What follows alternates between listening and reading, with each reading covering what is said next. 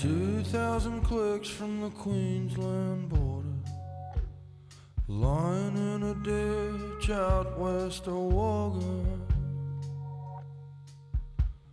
waiting on a ride from my only little... Since I was a kid, I've been travelling. We grew up in a little place called Ardlethan, and my parents got divorced, and so that was the catalyst for a lot more moving around, which had an enormous impact on me growing up in the country.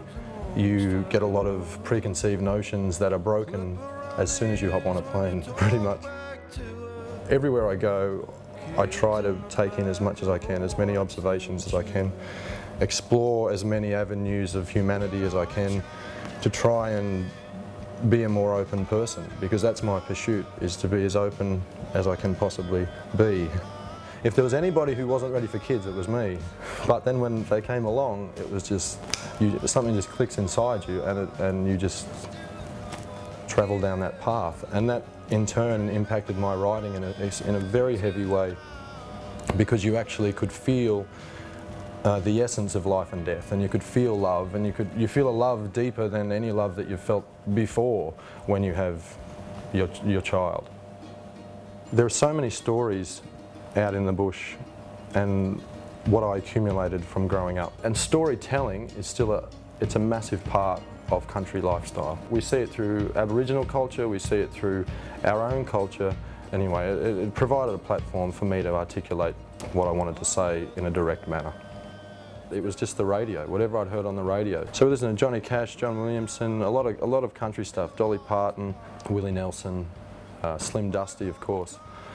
And it wasn't until I was a bit older that I started to get introduced to Bob Dylan and Neil Young, Frank Zappa, Nick Cave, Joni Mitchell, David Bowie.